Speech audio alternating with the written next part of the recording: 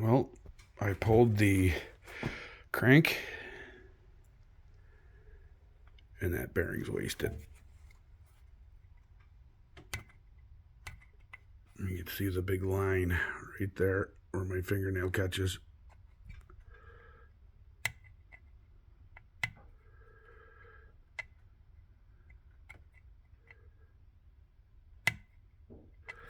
So that's junk.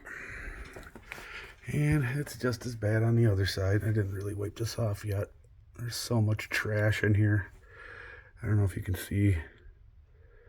You can't really see it on my thumb, but it's just filled with little metal shavings. Look at all the trash on there. This thing's toasted. So, still got assembly lube and everything on it, but whoever put this thing together had absolutely no idea what they were doing. Not to say that I'm an expert, but I know the difference between doing it right and half-assing it.